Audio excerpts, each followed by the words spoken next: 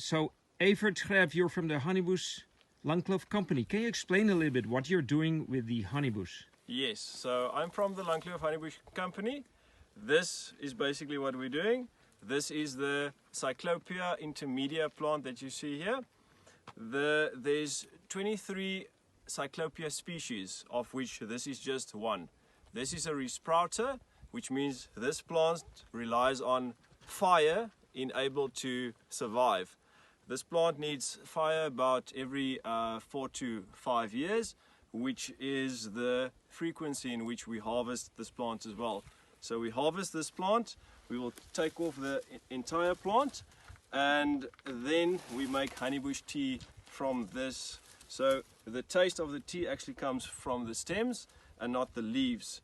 As you can see, this plant is actually in flower now. This is a legume plant, so it fixes its own nitrogen as well. Thank you very much. And it will be possible that after a few years the plant will come back. You will come back to harvest it again? Yes. How many years is in between? 4 years. It depends on the area that you're in.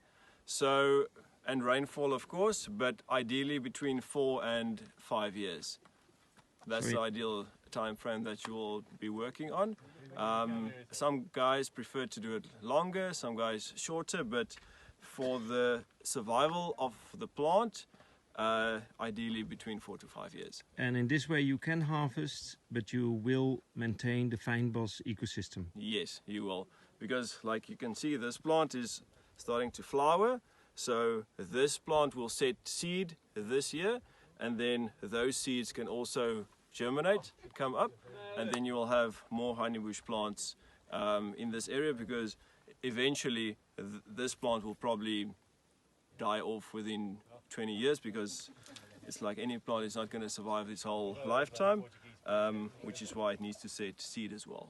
And that's how you can, let's say in a way, regenerative produce in what we call the natural zone of the Langkloof area. Exactly.